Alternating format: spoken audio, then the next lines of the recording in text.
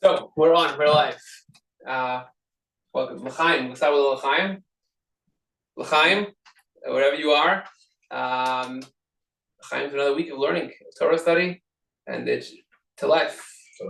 Baruch atah Adonai Eloheinu melech haolam asher kol niyeh b'dvaro.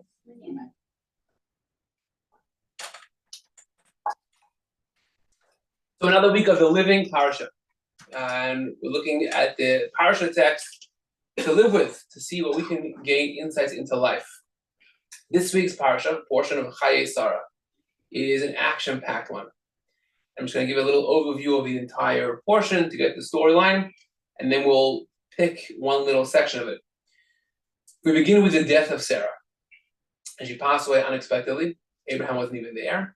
She's 127 years old. Abraham comes and he wants to bury her, looking for a burial plot. And he goes to the locals and he wants to buy a burial plot, which he wants a specific cave, Ma'arat HaMachpelah, the cave of doubles, in Hebron. And they point him to Ephron, who owns it.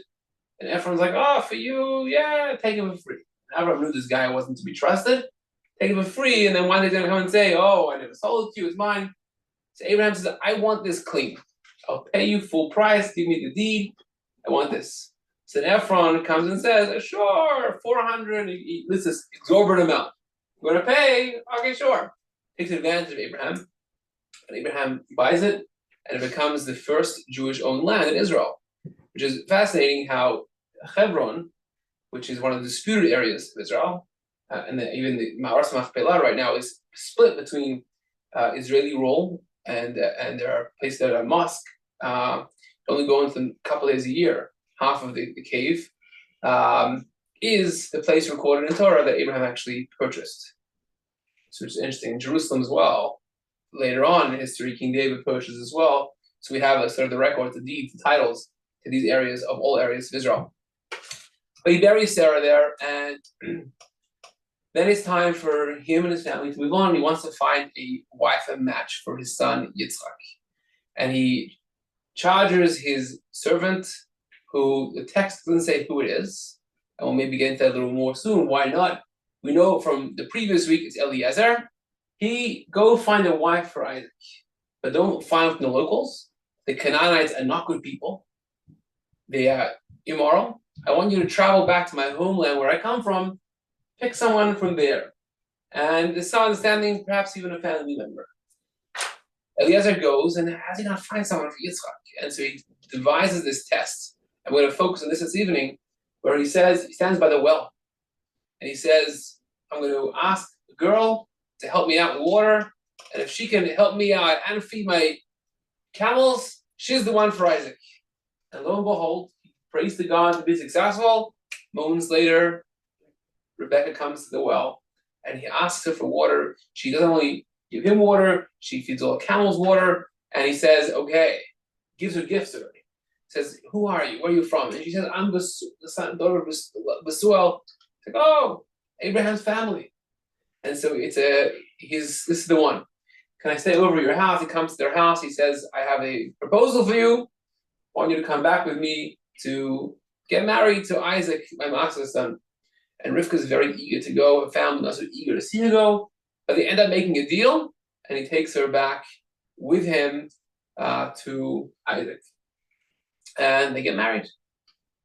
And that's where this little story ends, when he gets back and Isaac gets married.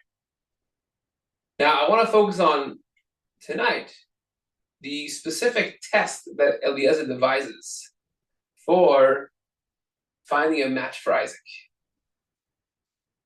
And put yourself a little bit in his shoes. Abraham, who's his master, someone he respects a lot, obviously, is beholden to, gives him this impossible challenge. Go far away, this town, and bring back a girl for Isaac. How would I know if Isaac will like her? How will I know if she'll like Isaac? How do I find the right one? There's like so many variables here that make this impossible, and yet Abraham's like, just do it. He does ask Abraham, what if I don't find the right person? Or she's not willing to come back here? Can I bring Isaac there? He says, absolutely not. Isaac's going to stay here, but he can't marry a local. if you can't find someone, come back and don't worry about it. Like, don't go halfway on this.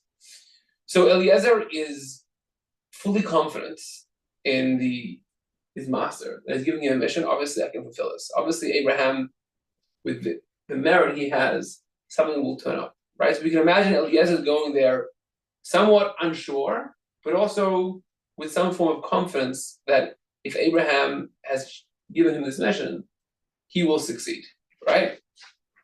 So let's look in the text here. The first source here. I'm sorry if you know the source sheet there, but we're reading from Bereshit 24:12, if you want to pull it up. And he said, O God of my master Abraham's house, grant me good fortune this day, and deal graciously with my master Abraham. So he says, God, I want you to please be kind to me, but not in my merit, in Abraham's merit. So he's very much leaning on the merit of Abraham. Here I stand by the springs, by the well. The daughters of the townspeople come out to draw water. Let the maiden to whom I say, please lower your jar that I may drink, and who replies, drink, and I will also water your camels. Let her be the one whom you have decreed for your servant Isaac. Thereby shall I know that you have dealt graciously with him, master. Come in. Hi, sorry we're late. No problem. Come in. Thank you so much. Hi, how are you? Hey. Make yourself comfortable. Got something to eat, to drink? I think we can go right now. Thank you. Okay.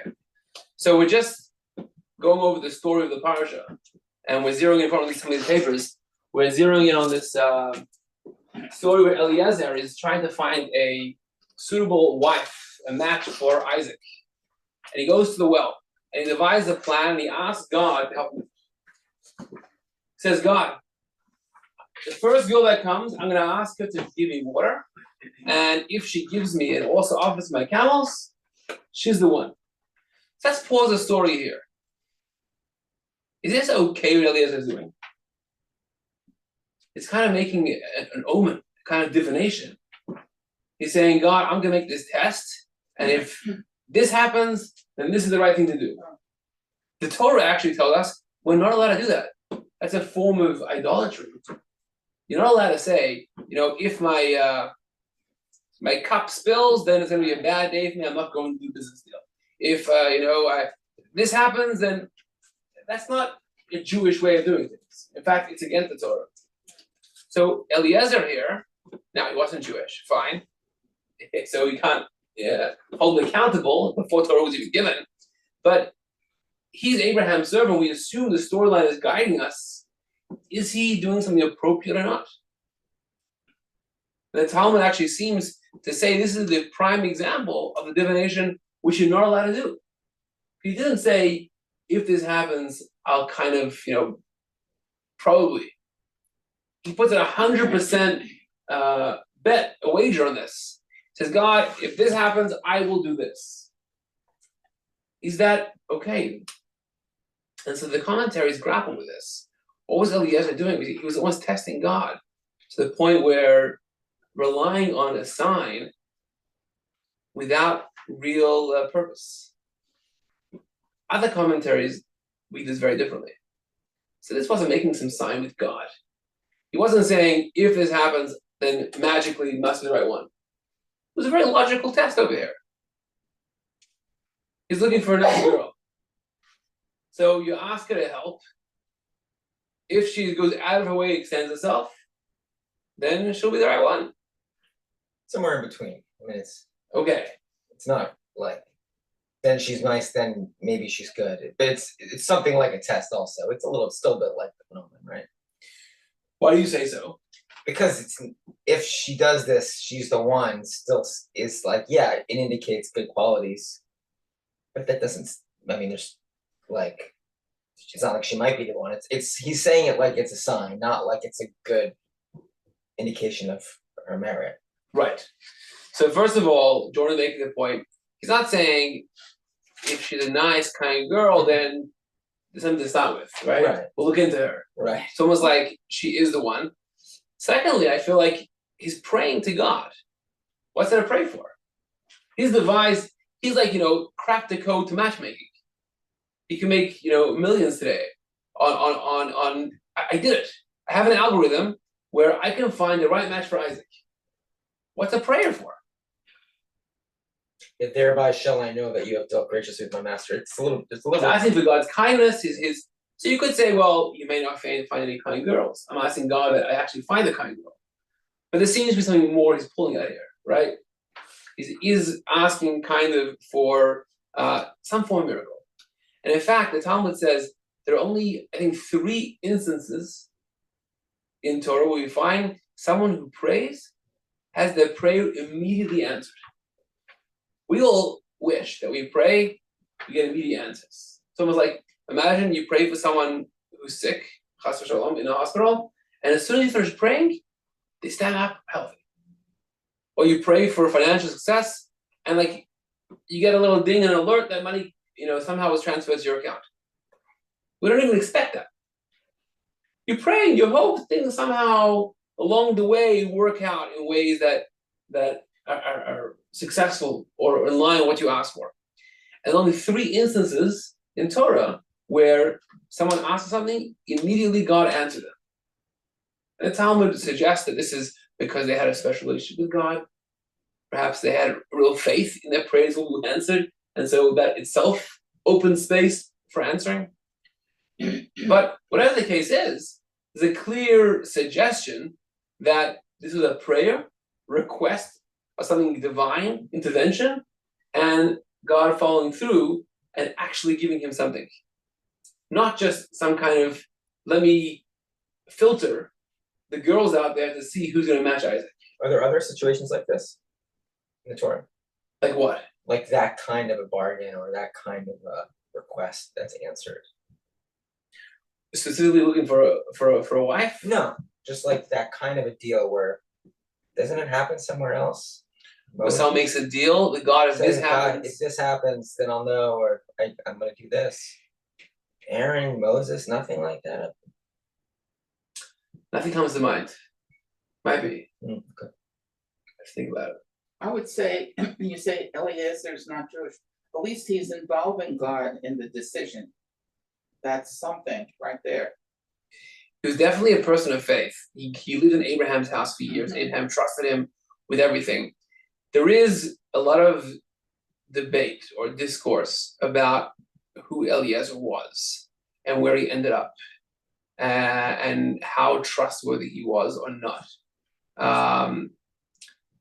Because it's so obscure, he's not even mentioned by name here, just the servant of Abraham, which some people say that after this, Abraham freed him and he became a king. Some people say that actually Isaac thought that maybe Eliezer was stealing his wife from him. And so there's a lot of different midrashim that paint a very conflicting picture of Eliezer. One thing I just read before I came here was that some people thought that Eliezer wanted Isaac for his own daughter.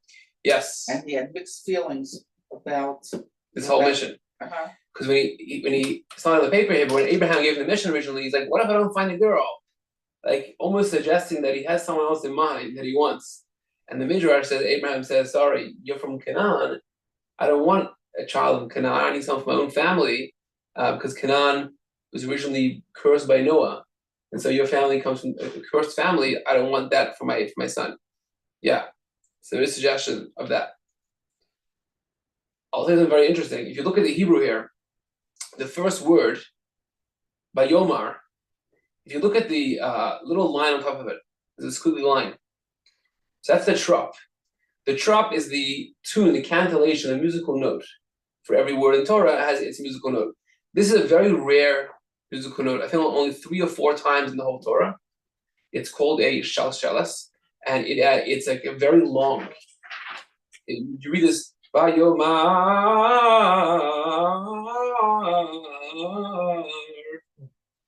and commentaries suggest that it's actually a note of ambivalence or of unsure.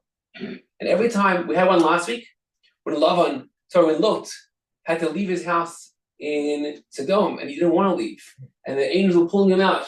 And so again, there's this tension. He's working through something. I don't want to go, I do want to go. And here, when he makes his deal with God, Eliezer has the same kind of feeling. Something's stopping him. He's going through an inner struggle.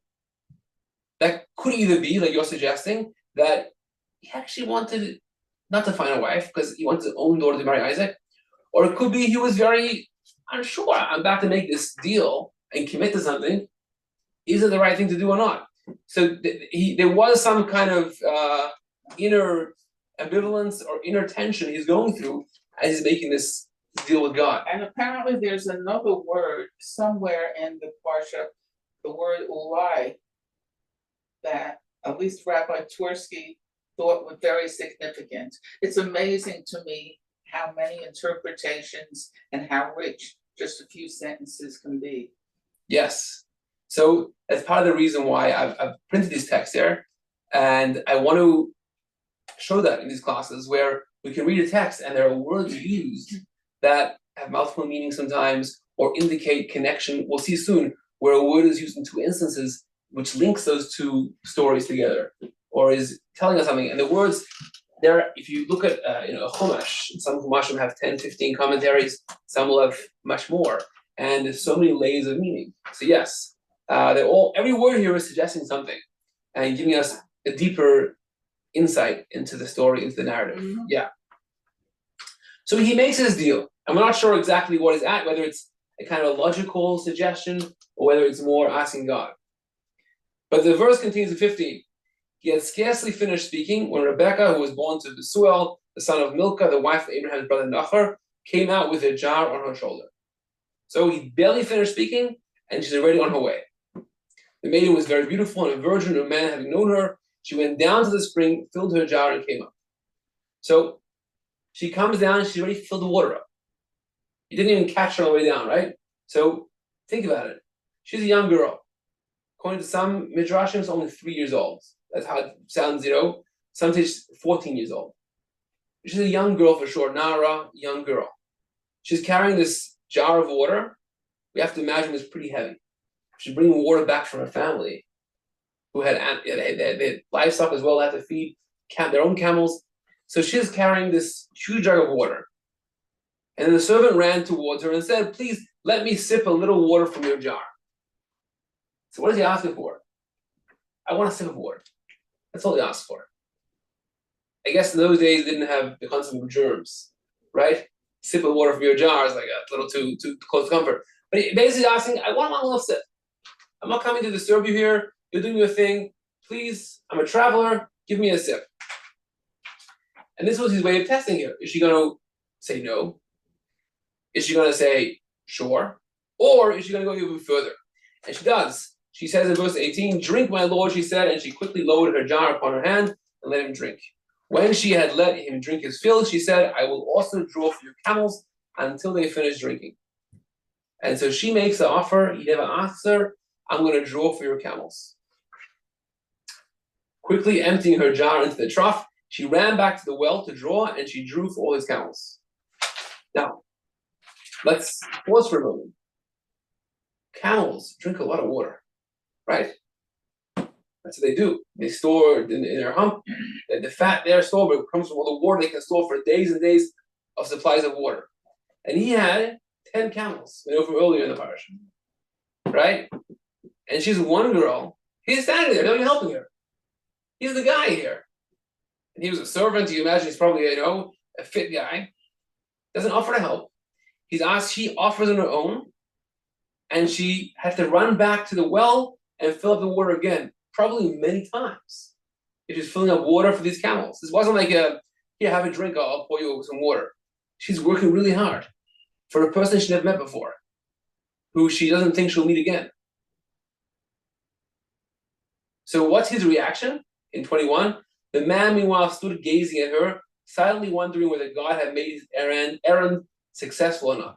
So he's staring at her in bewilderment. The word in Hebrew is mishtaya, which means he's like overwhelmed, amazed at what he's seeing here. Like, could this really be? This is too good to be true. When the camels had finished drinking, the man took a gold nose ring weighing half shekel, 2 gold bands for her arms, 10 shekels in weight. So he gives her this jewelry as a gift. And he says, "Who are you?" And the verse continues where she brings him home. He finds out she's from Avram's family, she brings him home. So this is the pivotal moment. And if you zoom out a little bit, this is a pivotal moment in Jewish history.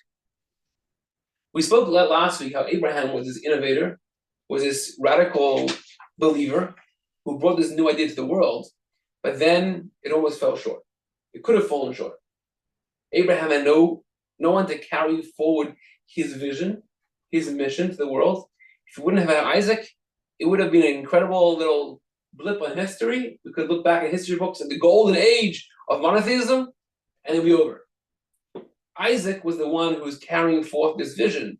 The discipline of Isaac, last week we spoke about it. He's the one that's going to carry this torch to be the future of the Jewish people. He has to find a wife that's going to fit that.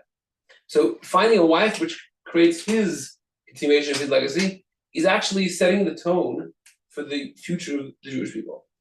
And Eliezer, in this moment, is finding that person. To just add a little depth to this, in Kabbalah, it speaks how this marriage between Isaac and Rebekah was actually a fusion of two worlds.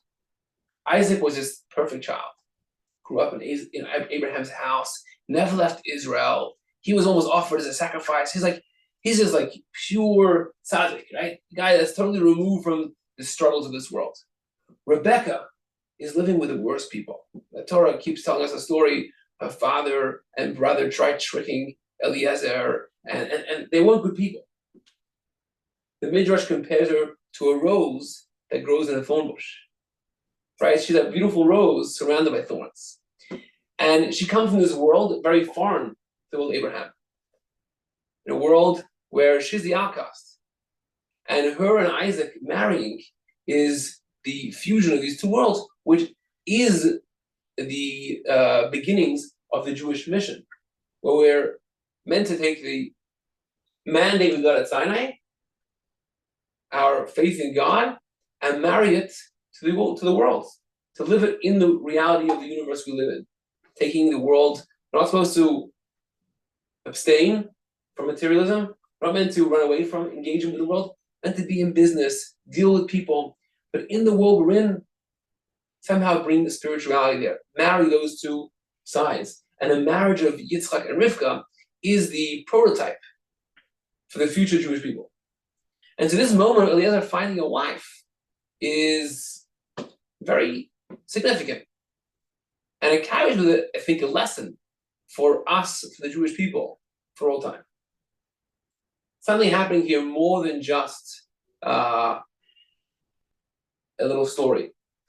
And the interesting thing is, I don't have it in the paper, but when Eliezer then goes to their house, and Besuel, Rebecca's father, says, what's going on? He tells the whole story. Now, Torah is very succinct, very brief, right? It's very, Torah is to the point. There's many things that are hinted to by extra letters and words. I mean, think of Shabbat. It's an entire world. There's a tractate of Shabbat. You see here, a huge tractate of Talmud. The laws of Shabbat. Torah says 6 days a week you should work, the 7th day you should rest. Figure out the rest, right? Tefillin. Wear this between your eyes. Wear what? This everything's written very condensed. Even the stories. We have very little information of the patriarchs and the 40 years of Jews in the desert. How many stories do we know? 10, 15 stories of 40 years, right? Because it's very telling us the basics or the most important things to know. Here, when Eliezer goes to their house, instead of just saying he told them the whole story, Torah actually repeats again the story in his words. And a long story, Eliezer now telling his Besuel and the family about everything that happened, how he came to the well, and they had to deal with God. The Torah spends a lot of time in this story. Very uncharacteristically. And the Midrash says that from here we learn that sometimes the simple conversation of the servant, of a simple person, can be more valuable than laws of Torah. There's something there's value here in the servant of Abraham's just words that he spoke. But I think also it points to the significance of the story. Torah's emphasizing this isn't just a little, sidebar in the narrative of the Jewish story, this is a really significant one, and I'm going to spend time on it. I'm going to repeat it again because listen up, something happening here that's significant. So, what is happening here? What is Eliezer looking for in a wife, and what has he found in Rebecca? He's looking for kindness, respect, perhaps.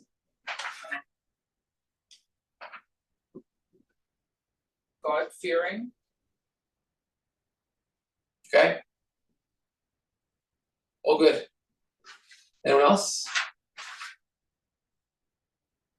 Well, she's thoughtful. I mean, she volunteers to draw for the camels. It's just very hospitable. It's kind of that classic hospitality of the Middle East. Not just for you, but for your camels as well. Right. So she's going out of her way to welcome him in to the city and to provide for him more than he's even asked for. He's looking for beauty. Beauty, okay. Whether he's looking for it, he finds it. It wasn't part of his original test, right? But he does say that she was beautiful. It's actually an interesting question that the commentaries ask. The Talmud says, it's pretty basic, the Talmud says, you don't want to marry someone until you've seen them. Obviously. So you're going to be attracted to them. So to say, I'm going to marry this person, and tomorrow you wake up and I don't want to live with this person. So you have to have seen the person before you marry them. And the question is, Eliezer's bringing Rivka home, he's like never seen her. Who says they don't like her? So it's not clear if there was some kind of if you brought her home and then you thought I'm okay with this, and you could have said no. Some commentaries suggest Eliezer already sort of began a marriage process in Isaac's absence in Rivka's house. It was sort of too late. It already began in halachic terminology, kiddushin, the betrothal. But he must have been really confident, right, that Yitzchak gonna like her. Whether it was her looks, part of it, possibly, because Torah does go out of its way to mention that she was beautiful. It definitely doesn't seem to be the most important feature he's looking for, but it's mentioned. Anyone else suggestion what he may be looking for here? Virgin. The virgin, yes, Yeah. so it's definitely referenced in the text. Again, doesn't say that he wasn't looking for that originally, but it's highlighted. So maybe it's something he was. Yeah, they did say so. So I guess that's what. And he wouldn't necessarily have known this. Right? Yeah. The Torah, the narrator of Torah told us this. As she's coming down the hill, going for water, he had no way of knowing this. Yeah. Exactly. It may have been once he got to the house and finding out more about her, he may have asked. I don't know. Yeah. But it's definitely noticeable. So, last week we spoke about the hallmark of Abraham being kindness, right? And the kindness of Abraham wasn't just, well, I'm going to help people, right? He went above and beyond that. To the point where no guests were coming past his tent, he was upset. I am looking for guests. I actually don't just want to help people that need help. I'm looking for people that I have to help. Like a generosity that's beyond the normal, oh, you're thirsty, here's some water. It's more, I see that you have all these animals. Let me also give you water for them, because if you didn't have water for yourself, certainly don't have it for your animals. So it's like a bigger generosity of spirit, and it comes from within. It's not something that's asked for. So he asked Right. for one thing, but she went above and beyond what he asked for. Yeah, so it wasn't a reactive generosity, first of all. We're like, oh, someone needs something, I'll help them. It's I'm looking for someone to help, right? So it's not just a person. It's not just like I'm doing what needs to be done. I'm actually searching for good to do. It's this bug that Abraham had and Rivka displayed as well, that I'm looking how to help in ways that aren't even, coming at me. And second, the thoughtfulness, right? How did you know the camels were thirsty? You haven't mentioned it. She must have figured out, if you're thirsty and you haven't drinking water, obviously they're thirsty. So she's thinking through, how can I help? It's very thoughtful. Yeah, very good. So these are traits that Abraham embodied, and having grown up in Abraham's house, Eliezer would have seen as natural.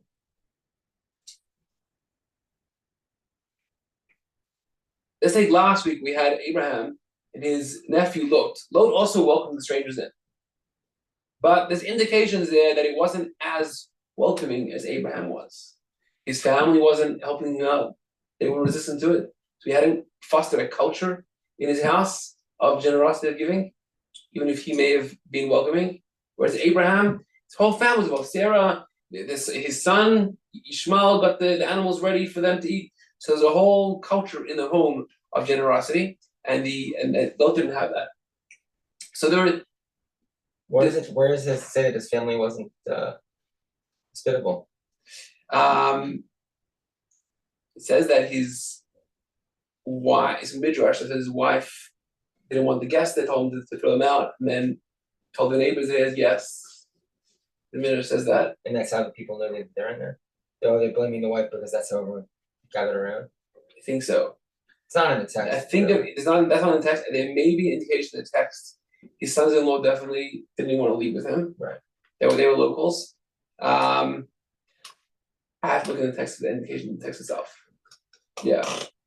We also know something about Lot's wife after, so we can go back. Right, she turned around and became a pillar of salt. And one reason given why she became a pillar of salt, because she was through salt. She didn't want to share salt with a neighbor. And so that was her lack of hospitality was symbolized in salt.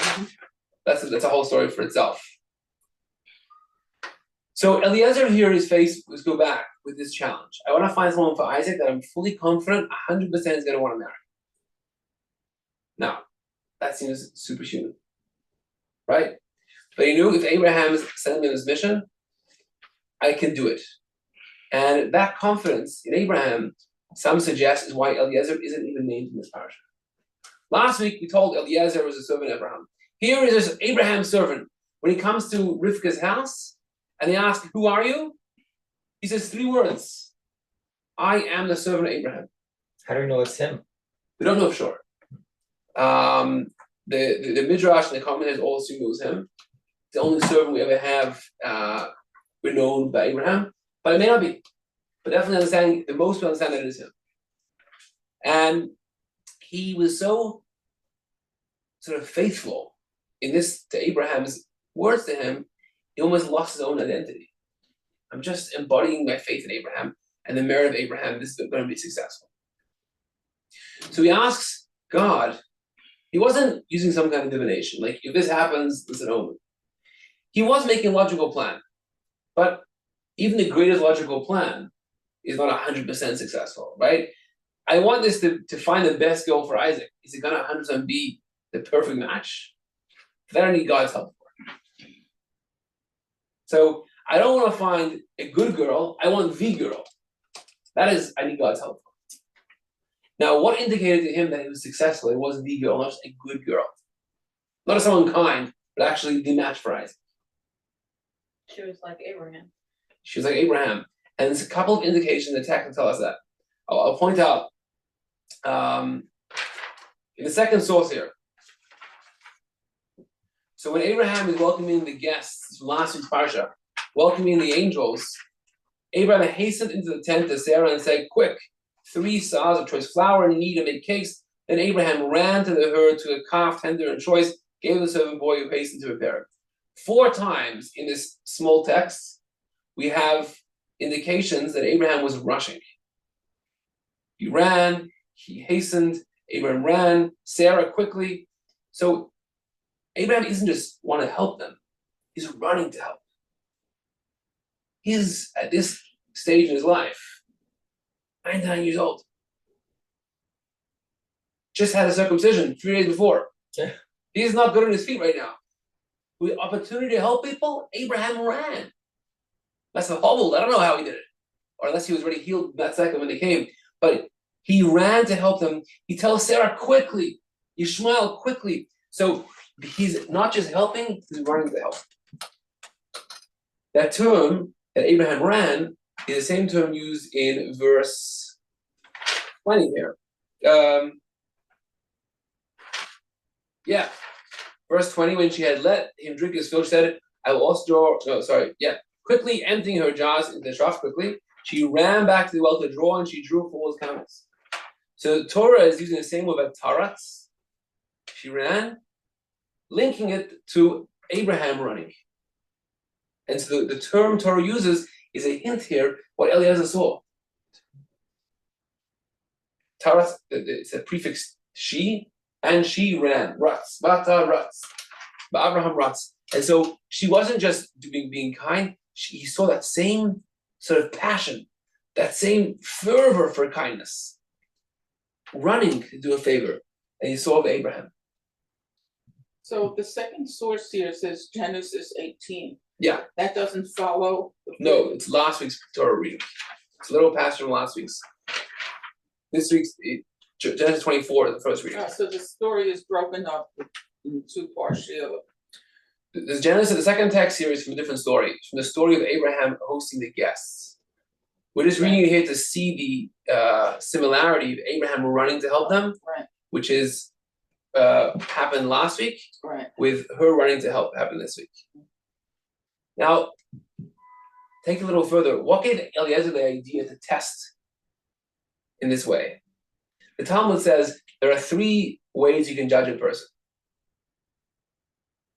With his or her, in Aramaic, it's a the word sounds are all very similar. Kresoi, their stomach, how they eat and how they approach food. The kisoi, with their pocket, how they are with money. Ubekasoi, and with their anger, so there's 3 ways to judge a person. Kresoi, kisoi, kasoi. That's very good. And so 3 ways you can size up a person: how they are around food, and how they with the relationship with it, the relationship with money, and with anger. Which is pretty insightful. Where's that from? The Talmud. So definitely how someone is with their money, with their resources, is always a very telling sign about that person. If they're generous, they say the story where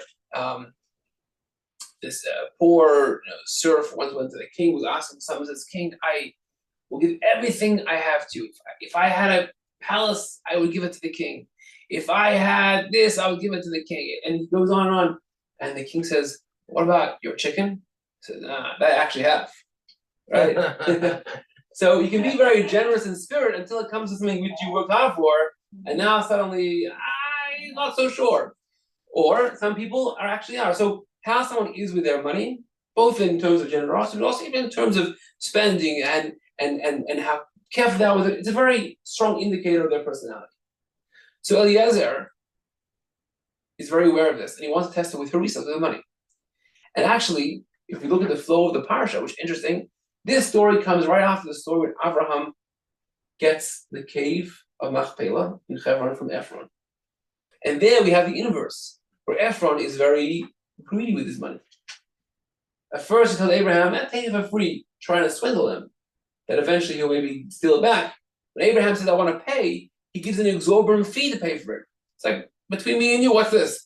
And so there you have the exact opposite, where the local people, who Abraham didn't want as a match for his son, were their money, they were very tight with it. They were very ungenerous, trying to take as much as they can from others.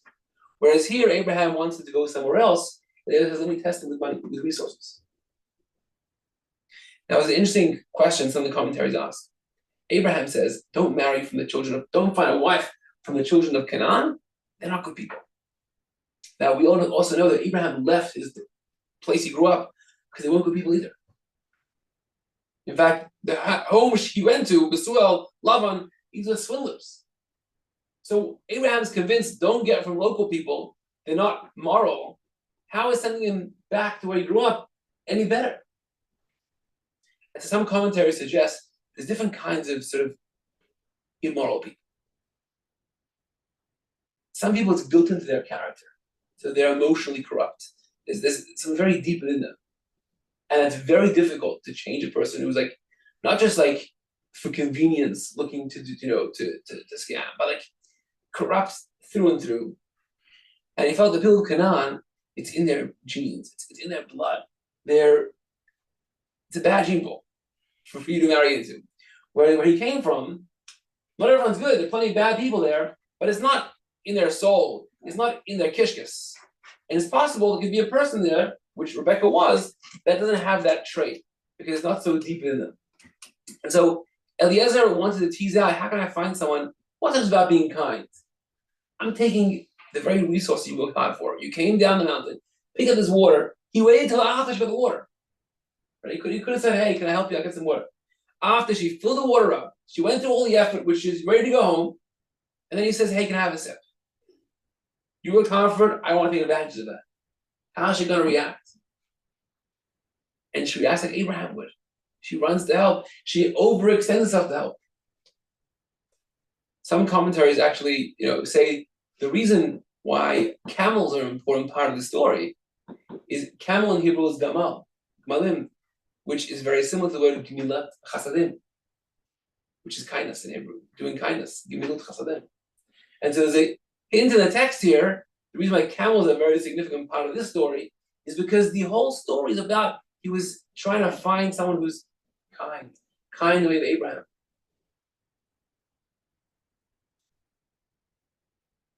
One more text from last week's Parsha, the third text in the page here.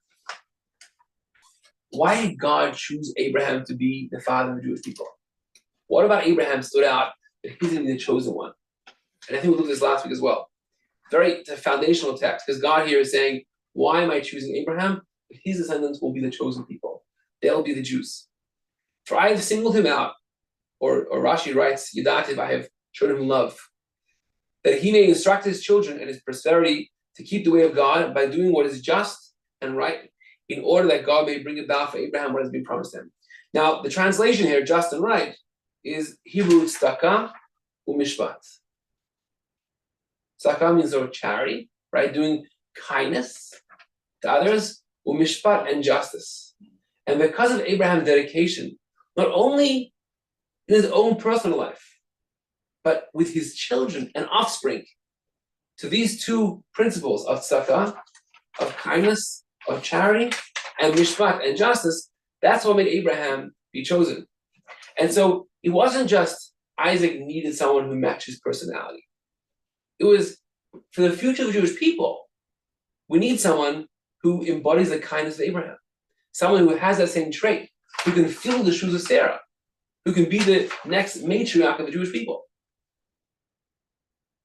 And Rebecca, passed this test with flying colors, right? She went beyond the call, and she went back and forth to the water again and again and again. It wasn't just kindness. This was an overwhelming kindness. And perhaps, and I don't know this from any source, perhaps on a given day, Rebecca wouldn't have done this. She may have given some water and that's it. So maybe part of God's answering Eliezer's prayer is to make Rebecca overextend herself more than she would have regularly. Maybe she always would. I shouldn't talk bad about it. Maybe she should always be so generous.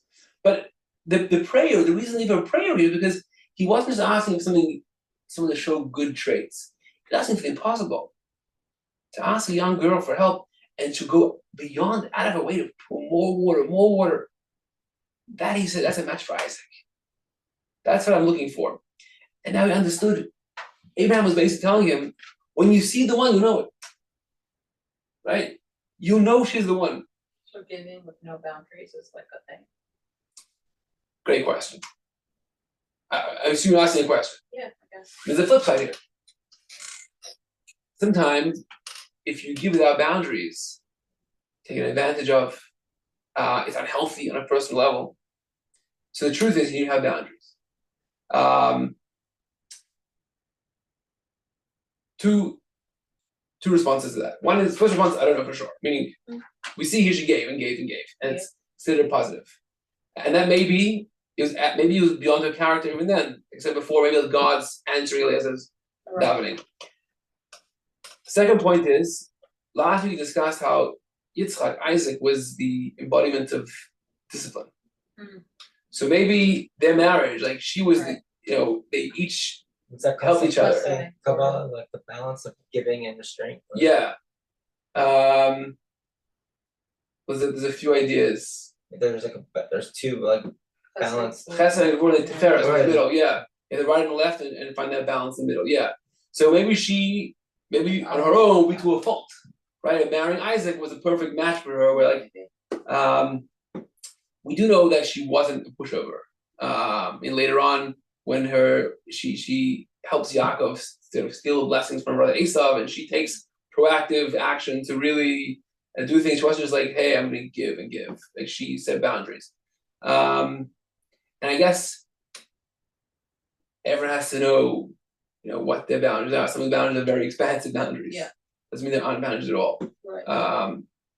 But definitely the idea of going beyond sort of what's just comfortable and neat for me to help someone else is a Jewish value, Yeah, absolutely. not necessarily without boundaries. I Right? mean, I think also just seeing camels that are not starving, but thirsty, you wanna feed them, you wanna give them water. to Right. drink. But I think she didn't even, she could want to help them and say, "Here, Eliezer, here's my jug. Go feed the camels." Right, She didn't though. Yeah. Right?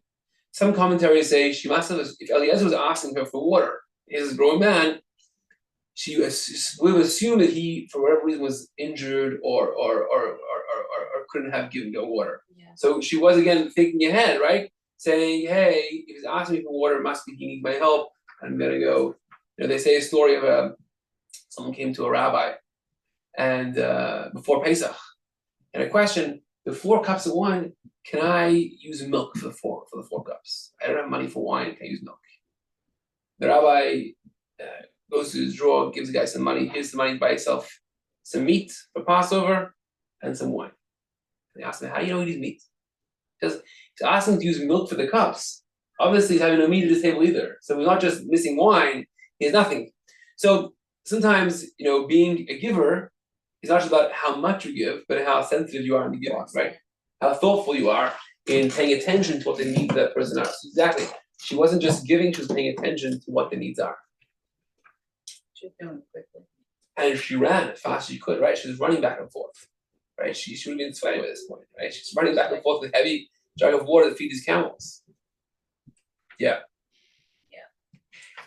So he brings her back, and she becomes the next matriarch. And what's interesting is, I don't have a text here. They're coming back, and Yitzchak is praying in the fields, praying mincha. Because it says in the afternoon he goes to the field. The term Torah used actually lasuach basadeh. Some commentaries say it means just strolling in the field. Some people say he was actually praying. And Talmud says this is the first indication of mincha prayer, afternoon service. He's praying in the afternoon. And we'll get to that maybe next week or week after.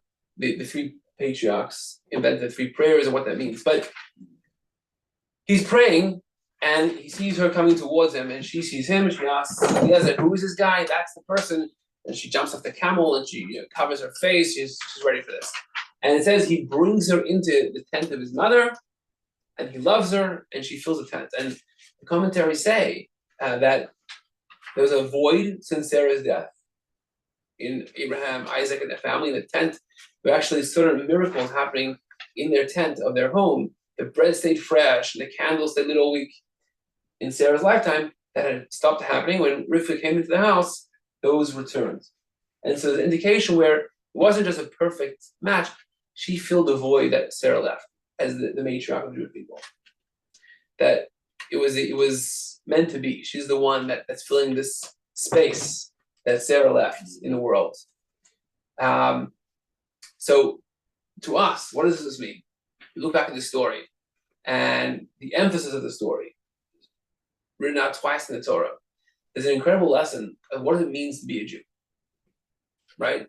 There are many things that it means to be a Jew, but one of the most important things is in our kindness gene. The Talmud says that there are 3 signs of a Jew. They're compassionate, they do kindness, and they have shame. In fact, this in time of King David, that the Jews were a strong army, and there were people that came to convert. They wanted just the affection of the Jews, and they kind of converted, but it wasn't a full-fledged or wholehearted conversion. and they didn't accept them as Jews. And one of the ways they knew they weren't full Jews, they didn't have compassion. They weren't kind. And the Talmud says because these are 3 signs of a Jew. So one of the Jewish genes is that we're naturally kind. This kindness is not just about, someone needs something, I'll help them out. Right? We see from this story, the kindness that we're meant to embody is looking out for other people in a way that we're thoughtful and sensitive, going out of our way to overextend ourselves to people who haven't even asked for our help or in this way asked for help. How can I help them? That's the kindness that we embody. And the term tzedakah, which is used, you said why Abraham was chosen, which is translated as righteousness. And we also translate it as charity, because it gives us this idea that being charitable is not something which is, extra credit. Right? In society today, charity is seen almost like, oh, I've done amazing, I've given charity. I didn't need to, but I went out of my way, gave from my hard-earned money, and I get an award, which you should get recognition. But tzedakah means righteousness, means it's the right thing to do. It's almost built in. If I'm making a certain amount of money, I should be giving some to people who have less than me, right? We have a master giving a tenth of your earnings to charity, poor people. It's not an extra credit. It's not I'm so benevolent and kind. It's the right thing to do. It's almost like, of course I give, right? And that's the attitude which Rivka embodied. You ask me for a drink, of course I'm going to help you. How can I help more? And that's an incredible sensitivity that we inherit as Jews. And we look at our matriarchs, say, what is the character that defines being Jewish? Of course, there are so many mitzvahs, Shabbat, kosher, all these wonderful mitzvahs, and they're all important. But what is it? Almost a trait, a personality trait, a quality that embodies the Jewish spirit? This giving, this kindness, giving of ourselves, giving of our resources, helping people in need. That's an incredible trait. We can learn from Rivka. And so this week, if we're living with the Parsha, this story at least, something we can live with, how can I be kinder to people? Not a pushover necessarily, not taken advantage of. Also, if someone's asking me for something, and I'm going, no boundaries in my kindness, that's being taken advantage of. But if no one asks me for this, and I'm deciding I'm making a choice to do this, then it's not being taken advantage of. I don't have to. No one's asking me. Right. So she wasn't, if Eliezer would have said, hey, can you please feed all my camels? Then she'd be being abused by Eliezer, right? I think his young girl making a dually work for you. He asked for a sip, right? So it wasn't taking advantage of it. She chose, opted in for this kindness, for this favor. So let's think about ways in our life where we can extend ourselves to people in ways you wouldn't naturally necessarily do. Ways that are thoughtful. What needs can I fill in that person's life? How can I do kindness, be good to people in ways that go beyond what almost is expected of me? And that pushing beyond the expected, that's the real Jewish gene of kindness, where I'm giving even more than the expectation of me to give. That's Rivka. That's the trait that she embodied in this story. Why Eliezer says she's a perfect fit to be the next matriarch of Jewish people.